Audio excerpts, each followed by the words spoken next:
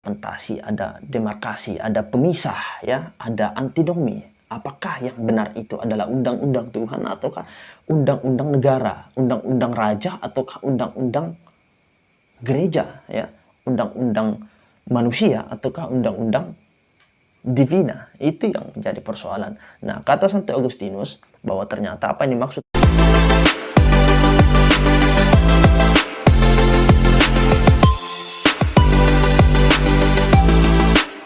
Bismillahirrahmanirrahim. Assalamualaikum warahmatullahi wabarakatuh. Teman-teman sekalian, pada kesempatan kali ini kita akan melanjutkan ngaji kita teori hukum atau sebut saja mazhab hukum. Pada kesempatan yang lalu-lalu kita sudah sampaikan di pertemuan pertama sampai ke pertemuan kelima ya, teori hukum di era klasik, baik dari pandangan kosmolog seperti Parmenides dengan para sofisme seperti Gorgias dan para pemikir-pemikir rasionalis seperti Aristoteles, termasuk pemikiran Plato dan Socrates. Umumnya kita mengetahui bahwa pemikiran-pemikiran yang berkembang di era kosmologis yaitu hukum alam. Ternyata selama ini orang memahami hukum alam itu adalah sesuatu yang diambil dari alam ya. Ternyata yang maksud hukum alam adalah the nature of the nature of law ya, naturalitas dari hukum. Naturalitas dari hukum dalam pandangan mereka ternyata bukan hanya alam yang disebut sebagai kosmos hari ini, yaitu perbedaan antara subjek dan objek, yakni ada gap atau demarkasi antara subjek dan objek. Dulu di pandangan-pandangan kosmolog termasuk Thales dan kawan-kawannya itu melihat bahwa ternyata manusia itu satu dengan alam. Jadi tidak melihat subjek dan objek dari keduanya. Nanti di perkembangan rasional ya, rasionalitas berkembang, antroposentrisme, maka lahirlah gap antara kedua itu, antara subjek dengan objek. Artinya praktis saat di era kosmolog ya, mungkin sekitar 800-an tahun sebelum Masehi, perkembangan matematika yang memang dibetot dari alam, perkembangan hukum juga seperti itu. Jadi banyak ilmu yang diambil dari alam ya, dari alam yang dimaksud adalah sesuatu yang alamiah itu. Nah, hukum juga seperti itu. Jadi hukum dibetot atau diambil atau diderivasi dari aturan alam. Ternyata alam itu penuh dengan percekcokan, paradoks, ambiguitas, pertentangan. Oleh karena itu lahirlah hukum apa yang disebut sebagai survival of the fittest. Siapa yang kuat maka merekalah yang bertahan, merekalah yang survive. Mereka yang kuat, mereka yang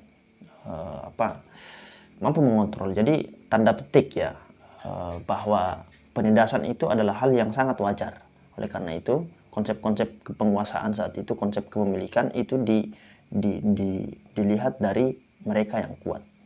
Nah, mungkin perkembangan klan dan semacamnya juga masih terlihat di kampung seperti itu. Jadi ada semacam superioritas dan itu adalah karakter alam.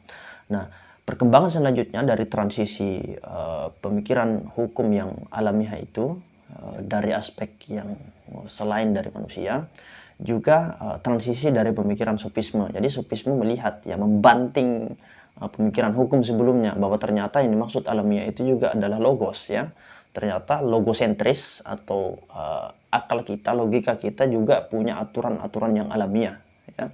Nah, aturan yang alamiah itu terkandung dalam diri manusia dan itu subjektif. Oleh karena itu setiap hukum juga harus subjektif. Kalau hukum objektif, maka sumbernya pasti dari luar diri kita. Tapi ternyata hukum itu lahir dari pikiran kita, maka setiap hukum tergantung dari pikiran seseorang. Lahirlah relativisme hukum, termasuk relativisme kebenaran.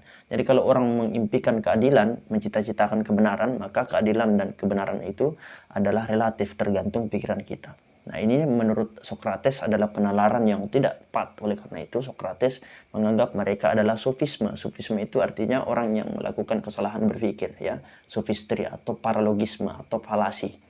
Tokoh yang paling getol menyampaikan retorikanya saat itu adalah Gorgias. Itu jugalah kenapa Socrates dan Plato serta Aristoteles banyak mengkritik mereka, bahkan diciptakan suatu teknik logis ya, logika deduksi atau silogisme yang kita kenal hari ini, dan juga retorika, bagaimana retorika yang rasional, yang benar, tidak sebagaimana retorika sofisme yang menyembunyikan kebenaran. Nah, saya kira seperti itu latar belakang dari polemik yang terjadi. Dan di samping itu ternyata ada imperium yang menguasai masyarakat saat itu, dan terlihat memang ternyata imperium itu banyak menciptakan fragmentasi. Masyarakat saat itu terporak-poranda, bahkan misalnya Romawi yang menginvasi Afrika, ya, yang kita kenal adanya perang Kartago di sana, Romawi Barat, ya, yang perang antara militer Romawi dengan pasukan barbar Afrika itu, kemudian Romawi dihantam dan tidak jadi mendirikan imperium yang begitu luas di Afrika. Akhirnya dia hanya menguasai Bizantium sebagai Romawi Timur. Nah, itu perkembangan imperium, dan di situ memperlihatkan adanya percekcokan antar negara dengan masyarakat, antara masyarakat yang satu dengan masyarakat yang lain, antara klan tertentu dengan klan yang lain. Akhirnya Cicero misalnya menciptakan apa yang disebut sebagai the civil society, ya. Jadi masyarakat sipil, masyarakat yang beradab, masyarakat yang berperadaban, yang nanti akan mungkin senada dengan pemikiran Santo Agustinus. Nah, pada kesempatan kali ini kita akan melihat pemikiran Santo Agustinus, bagaimana Santo Agustinus membetot hukum itu.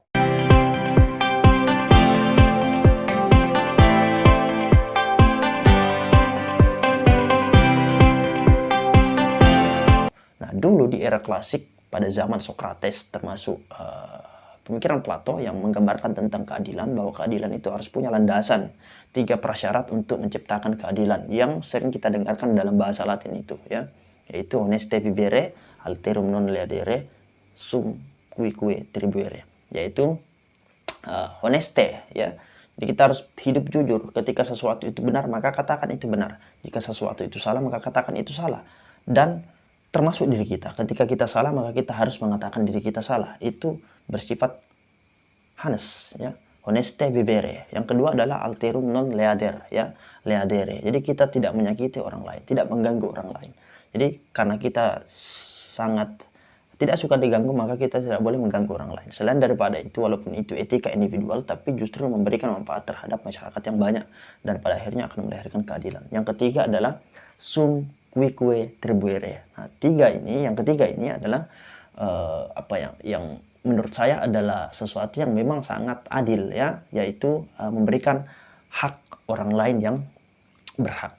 Jadi ketika orang itu berhak, maka kita harus menerapkan haknya, memberikan haknya. Itu juga sama dengan yang disampaikan oleh Nabi Rasulullah SAW, Muhammad Al-Mustafa, yaitu berikanlah haknya, hak kepada orang lain, penuhilah hak orang lain.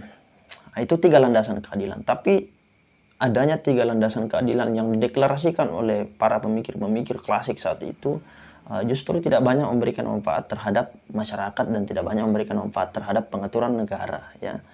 Nah, oleh karena itu Santo Agustinus dengan adanya kegelisahan ini, ya, keambiguan ini, maka dia menyimpulkan bahwa ternyata tidak cukup hanya 3 itu. Dia menambahkan adanya suatu rezim ilahi atau undang-undang Tuhan, ya, apa yang disebut sebagai lex aeterna, ya, jus divine, jus divina.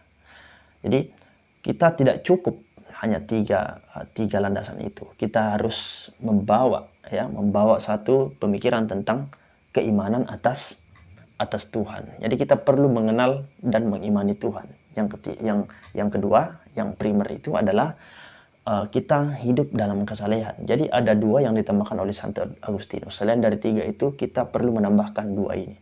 Nah, 2 pandangan Agustinus ini, ya, atau 2 aspek yang primer yang harus dimasukkan dalam landasan keadilan itu melahirkan konsekuensi logis dan ilmiah, yaitu aturan Tuhan dengan aturan manusia, antara negara dan agama, antara akal dan wahyu. Nah, 2 ini cenderung bertentangan. Kita lihat di dalam pengkritisan demokrasi, antitesa dari teokrasi misalnya, itu karena melihat bahwa teokrasi itu terlalu banyak mengintervensi mengintervensi negara. Akhirnya negara itu dikekang oleh agama tertentu.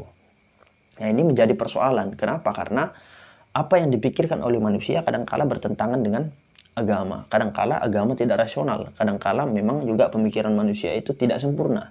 Oleh karena itu, ketika dikatakan dan diyakini dan imani dan betul-betul dihayati bahwa Tuhan itu menciptakan keadilan, Tuhan itu menciptakan kebahagiaan dan kesejahteraan dan kemakmuran, maka seluruh undang-undang yang diciptakannya, undang-undang yang ditirukannya juga sesuai dengan tujuannya. Karena Tuhan Maha Adil, maka Dia menciptakan aturan yang adil, aturan yang membahagiakan diri manusia. Itulah intuisi manusia yang disebutkan oleh Santo Agustinus. Ada Proxime, ya Proximi. Nanti kita akan lihat bagaimana hubungan antara pemikiran Santo Agustinus dan Cicero dalam aspek sosial kapital itu, ya, atau modal sosial. Nah, dari teori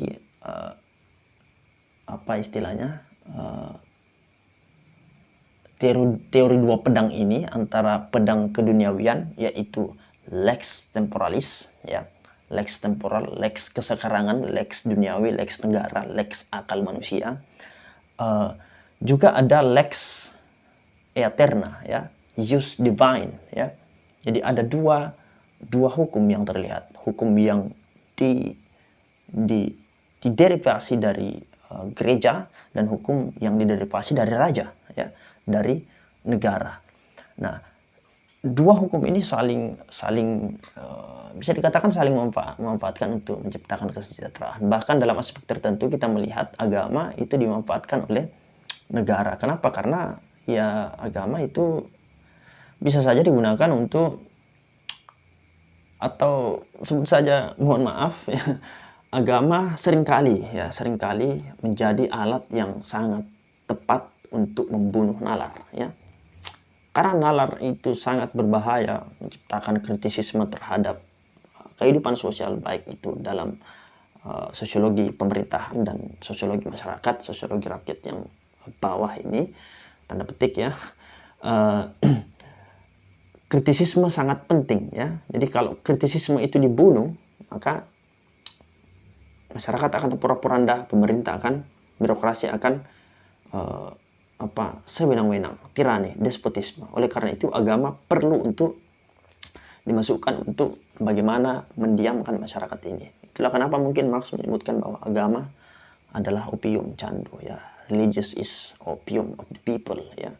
Candu bagi masyarakat. Karena agama orang masuk dalam aspek sufisme, tidak ingin mengkritikkan, dianggap sabar saja, ini ujian, ikhlas, itu lebih tenang daripada banyak mempermasalahkan sesuatu. Tawakallah, serahkan seluruhnya kepada Allah Subhanahu wa taala. Itu semua adalah pandangan-pandangan yang bisa saja mengelabui masyarakat, dan akhirnya masyarakat tidak mampu mengkritik pemerintah dengan berbagai macam despotisme dan tindakan-tindakan serta kebijakan-kebijakan yang diselenggarakan oleh pemerintah yang tidak populis dan tidak manusiawi dan tidak mensejahterakan, plus tidak memberikan keadilan. Itu yang terjadi. Oleh karena itu bisa saja agama yang masuk dalam negara itu memfungsikan agama. Lahirlah konsep-konsep tentang konservatisme. Bagaimana konservatisme ini melindungi agama dikonservasi dari negara. Lahir juga sekularisme, jangan sampai agama mempengaruhi negara, kemudian negara itu berideologi satu, yaitu ideologi agama tertentu. Akhirnya negara itu porak-poranda karena adanya doktrin yang tidak kritis dan semacamnya. Nah, ini yang menjadi persoalan. Kenapa? Karena semacam ada gap, ya. Memang semacam ada gap, ada fragmentasi, ada demarkasi, ada pemisah, ya, ada antinomi. Apakah yang benar itu adalah undang-undang Tuhan ataukah undang-undang negara, undang-undang raja ataukah undang-undang gereja, ya, undang-undang manusia ataukah undang-undang divina? Itu yang menjadi persoalan. Nah, kata Santo Agustinus bahwa ternyata apa yang dimaksud sebagai rezim ilahi ini tidak spesifik masuk di dalam undang-undang negara. Negara perlu mengatur masyarakat sedemikian rupa, tapi negara harus mengetahui bahwa seluruh hukum yang adil pasti diambil dari Tuhan. Oleh karena itu setiap undang-undang yang ada dalam negara harus diderivasi dari undang-undang Tuhan atau rezim ilahi atau tatanan ilahi. Nah, untuk sekedar kita ketahui, ternyata di era Romawi saat itu sudah ada beberapa pengertian yang memang sangat definitif tentang hukum. Yang pertama itu adalah instituten, yaitu yang kita kenal sebagai undang-undang yang memang sudah ada di dalam peraturan negara, ya. Misalnya ya yang terkodifikasi. Nah, saya kasih contoh misalnya asas legalitas, ya. Kalau misalnya di masyarakat tertentu kita menemukan tindakan yang menurut adat tertentu itu bejat, tidak manusiawi, tapi ketika itu tidak terkodifikasi, tidak terdapat dalam undang-undang, tidak dicatatkan, maka itu tidak disebut sebagai pelanggaran atau fenomena pidana atau perilaku yang dianggap pidana. Salah satu contoh kasus Raffi Ahmad yang mungkin viral di beberapa tahun yang lalu. Nah, itu akhirnya ketika kita menemukan, misalnya kita bingung apakah tindakan ini adalah tindakan yang menentang hukum atau tidak, maka kita harus merujuk kepada instituten itu. Itu yang pertama. Yang kedua adalah penafsiran atau the theory of law, ya, teori of hukum itu, ya. Jadi teori yang dimaksud di sini adalah suatu metodologi pandangan para mufassir atau para penafsir terhadap hukum. Di sini kita perlu membutuhkan teori hermeneutika. Nah, tentu saja penafsiran atas teks tergantung dari metodologi. Misalnya ketika kita melihat pandangan Sacipto Raharjo sebagai ya sosiolog, ya, sekaligus pemikir hukum, dia menciptakan hukum yang responsif atau kita sebut hukum progresif yang umumnya kita bahas di dalam sosiologi hukum, ya. Punya pandangan tertentu, punya metodologi tertentu yang melihat bahwa hukum itu bukanlah suatu todongan, ya. Negara itu bukan penodong memaksa orang mengikuti hukum sekian demikian dan seterusnya, tapi kita harus melihat landasan hukum itu yang disebut sebagai the living law atau hukum yang hidup di tengah-tengah masyarakat. Juga pemikiran Von Sapigny dan semacamnya. Kita akan melihat itu di dalam pandangan berikut, ya, di pertemuan-pertemuan selanjutnya. Karena kesempatan ini kita bahas Santo Agustinus, maka kita akan fokus di sini. Nah, jadi setiap orang punya metodologi, setiap teori punya metodologi, dan teori atau pandangan yang digunakan untuk menyenter atau meneropong subjek tertentu, misalnya kita kasih contoh hukum dalam pandangan tertentu, hukum dalam pandangan yang lain, itu berbeda tentunya. Nah, manusia misalnya, manusia dalam pandangan hukum, manusia dalam pandangan politik, manusia dalam pandangan sosiologi, antropologi, kosmologi, agama, dan semacamnya, itu pasti berbeda dan punya metodologi yang berbeda. Artinya, ketika kita menemukan kesalahan dalam hal tertentu, apakah kebenaran dalam yang lain itu niscaya? Apakah ini implikatif? Tidak. Ya, kenapa? Karena bisa jadi yang lain salah dalam melihat, yang lain juga salah dalam melihat. Bisa jadi yang lain benar, yang lainnya juga benar. Misalnya saya punya metodologi sosiologi tentang melihat masyarakat. Boleh jadi benar dan boleh jadi yang berbeda dengan pandangan saya juga itu benar, tergantung metodologi yang digunakannya. Nah, apakah ini relatif? Tentu saja relatif. Tapi apakah relativitas itu tidak bermanfaat? Boleh saja, bisa saja, ya, bisa saja relativitas itu bermanfaat. Artinya di sini kita tidak mau masuk dalam perdebatan filsafat, tapi kita bisa melihat, ya, bahwa ternyata hukum itu memang punya sumber dan itu kajian-kajian epistemologi. Nanti kita akan lebih spesifik melihat itu.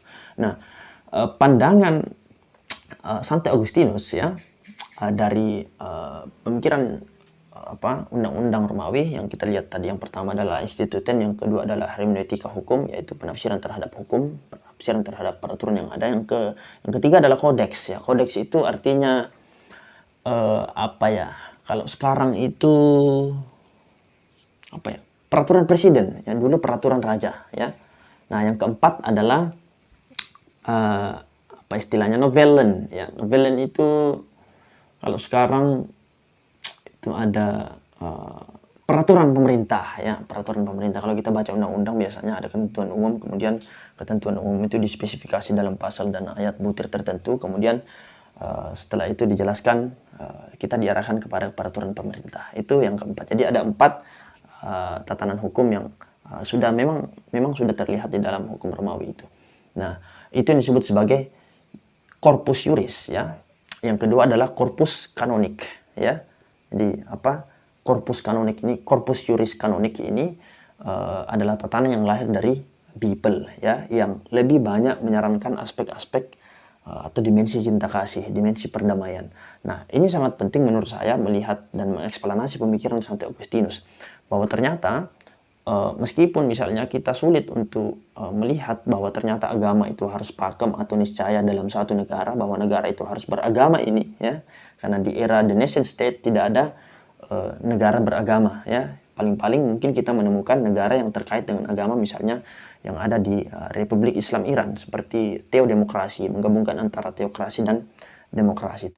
Semoga kita masih hidup di beberapa waktu ke depan, insya Allah kita akan memberikan pandangan tentang hukum tata negara yang ada di teodemokrasi itu di Iran, ya.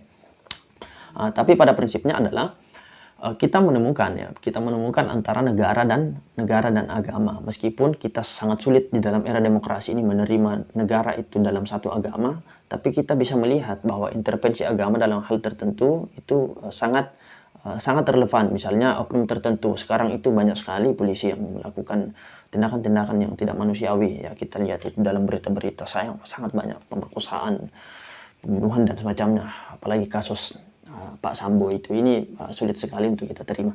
Tapi kita bertanya secara sederhana, apa hubungan antara institusi kepolisian misalnya, institusi tertentu dengan agama? Padahal kita melihat mereka semua orang beriman, mereka semua orang beragama. Mungkin mereka juga sholat, beribadah, pergi ibadah minggu misalnya, pergi ke sinagog, pergi ke vihara, pergi ke masjid dan semacamnya. Praktis mereka beribadah, ritual. Nah, kita bisa mengeksplanasi itu, ya. Tapi apakah yang dimaksud Santo Agustinus di sini? Yaitu adalah bagaimana kita menebarkan cinta kasih, ya. Bagaimana kita menebarkan ideologi yang menciptakan perdamaian. Karena kita capek dengan fragmentasi itu, kita capek dengan polarisasi politik dan polarisasi agama. Oleh karena itu, Santo Agustinus menyarankan kita untuk menciptakan modal sosial yang sangat luar biasa, sangat menciptakan masyarakat yang kebal akan porak-poranda itu. Nah, ini hanya bisa terjadi ketika menurut saya, ini interpretasi kita tentang bagaimana pemikiran Santo Agustinus itu, ketika kita mengambil pemikiran Ahmad Ali. Kalau Anda baca bukunya di dalam Menguak Realitas Hukum dan Menguak Tabir Hukum, beliau menjelaskan tentang 3 keberlakuan hukum. Yang pertama adalah kekuatan hukum yang berlaku secara yuridis, yaitu juridische Geltung. Yang kedua adalah sosiologische Geltung, yaitu hukum yang berlaku secara sosiologis. Dan yang ketiga, yang terakhir adalah filosofische Geltung, yaitu orang menyadari hukum secara kafah, ya. Nah, juridische Geltung kita kasih contoh tentang money politik, ya. Jadi orang secara hukum melarang money politik atau alat kontrasepsi dan miras misalnya, narkotika, ya, narkoba misalnya. Kita melarang itu dalam undang-undang, tapi ternyata kita masih banyak melihat itu dalam kehidupan sehari-hari. Bahkan kita mendengarkan beritanya tapi juga tidak banyak tertangkap, pelakunya tidak ada, ya. Misalnya undang-undang sekaitan dengan money politik. Money politik itu kan kita sudah dengarkan kayak penjual roti, ya. Ada di mana-mana di era politik, ya. Sebentar lagi di tahun 2024 kita akan melihat itu. Dan mungkin sekarang sudah berjalan. Nah, itu yang terjadi. Jadi ada hukum yang berlaku secara yuridis. Meskipun dia ada, saya tidak tahu itu apakah dia cacat substantif ataukah cacat metodologis. Tapi kita melihat ada kesenjangan antara hukum dengan kenyataan, ya. Antara the sign dan the solen, ya. Biasanya orang sebutkan seperti itu. Artinya, hukum yang berlaku secara yuridis itu benar-benar mandul, ya, tidak bermanfaat. Yang kedua adalah hukum yang berlaku secara sosiologis, kekuatannya sosiologis. Misalnya saya kasih contoh saja, saya keluar berkendara menggunakan motor tapi saya tidak pakai helm karena memang saya melihat bahwa di luar tidak ada polisi. Oleh karena itu tidak perlu pakai helm, tidak ada pengamanan saat lantas, ya. Jadi tidak apa-apa saya tidak pakai helm. Artinya saya tidak menggunakan atau tidak mengikuti hukum karena orang tertentu. Jadi kita mengikuti hukum karena orang tertentu. Saya tidak mencuri misalnya karena saya tidak bisa mencuri, saya dilihat sama orang dan semacamnya. Saya mencuri ya karena tidak dilihat oleh orang. Artinya kita melanggar hukum karena memang aspek-aspek sosiologis, ya. Kita mengikuti aturan tata hukum karena memang juga aspek-aspek sosiologis. Itu hukum yang berlaku secara sosiologis, disebut sebagai sosiologische Geltung. Yang ketiga adalah filosofische Geltung. Baik kita sendiri, kesepian, baik kita jomblo, dan di luar rumah kita juga tetap menaati peraturan perundang-undangan, tetap mengikuti aturan hukum. Kenapa? Karena kita sadar itu sebagai suatu kewajiban kita terhadap hukum yang bertujuan atas keadilan dan kesejahteraan. Nah, disinilah kita melihat relevansi pemikiran Santo Agustinus, bahwa penghayatan atas iman dan juga hidup secara soleh itu mengantarkan kita kepada modal sosial yang luar biasa. Dan untuk menciptakan masyarakat seperti ini kita harus menciptakan diskursus yang lebih dalam, diskursus yang lebih akademik terhadap pembahasan-pembahasan filsafat. Nah, misalnya secara sederhana kita bisa melihat, kalau dilihat secara metodologis kita perlu membatasi definisi, ya. Jadi objek pengkajian atau subjek atau objek-objek pengkajian, misalnya epistemologi, kita mencari sumber pengetahuan kita tentang hukum, ya, sumber pengetahuannya, bagaimana kita memperolehnya, ya, dan semacamnya. Nah, kalau dalam logika hukum kita melihat bagaimana cara mendefinisikan hukum, bagaimana mengargumentasikan hukum, bagaimana melahirkan judgment, ya, bagaimana melahirkan doktrin hukum. Nah, sementara dalam filsafat, bagaimana kita menerapkan hukum itu, apakah dia realistis atau tidak, apakah bisa diterapkan atau tidak, bagaimana kita membawa hukum itu dalam benak manusia, lahir hukum yang secara sadar kita mengikuti hukum karena kehendak kita sendiri, bukan karena aspek sosiologis, bukan karena paksaan hukum. Itulah aspek filosofis ke Geltung yang menurut saya, ya ini lagi-lagi menurut saya, bisa saja itu sekaitan dengan apa yang dimaksud sebagai hidup yang soleh dan menghayati keimanan atas Tuhan dalam pemikiran Santo Agustinus. Yang menjadi persoalan memang adalah kita belum melihat kaitan antara orang beragama dengan aspek-aspek kesejahteraan manusia, aspek-aspek institutif misalnya dalam lembaga tertentu, disumpah dan macam-macam, tapi kita tidak melihat relevansinya. Kenapa? Meskipun ada ya misalnya, tapi kita tidak melihat secara kafah. Kenapa? Karena kita tidak menghayati itu. Itu kata Santo Agustinus. Nah, ini sangat penting untuk kita perdalam kembali. Artinya kita perlu melihat, mengkajinya, ya, mengkaji hukum secara epistemologis, ya, mengkaji hukum secara logis dan filosofis. Nah, sekarang kita mengkaji hukum secara filosofis dan epistemologis. Berikut mungkin dalam kajian tertentu semoga kita bisa menyampaikannya, logika hukum, ya, bagaimana teknik mendefinisikan, misalnya ketika melihat hukum ada ketentuan umum, ya, kemudian kita bagaimana menciptakan argumentasi hukum yang banyak di dalam aspek-aspek penafsiran hukum. Nah, saya kira itu yang bisa kita jelaskan. Semoga bermanfaat teman-teman. Terima kasih. Sallallahu alaihi Muhammad Assalamualaikum warahmatullahi wabarakatuh.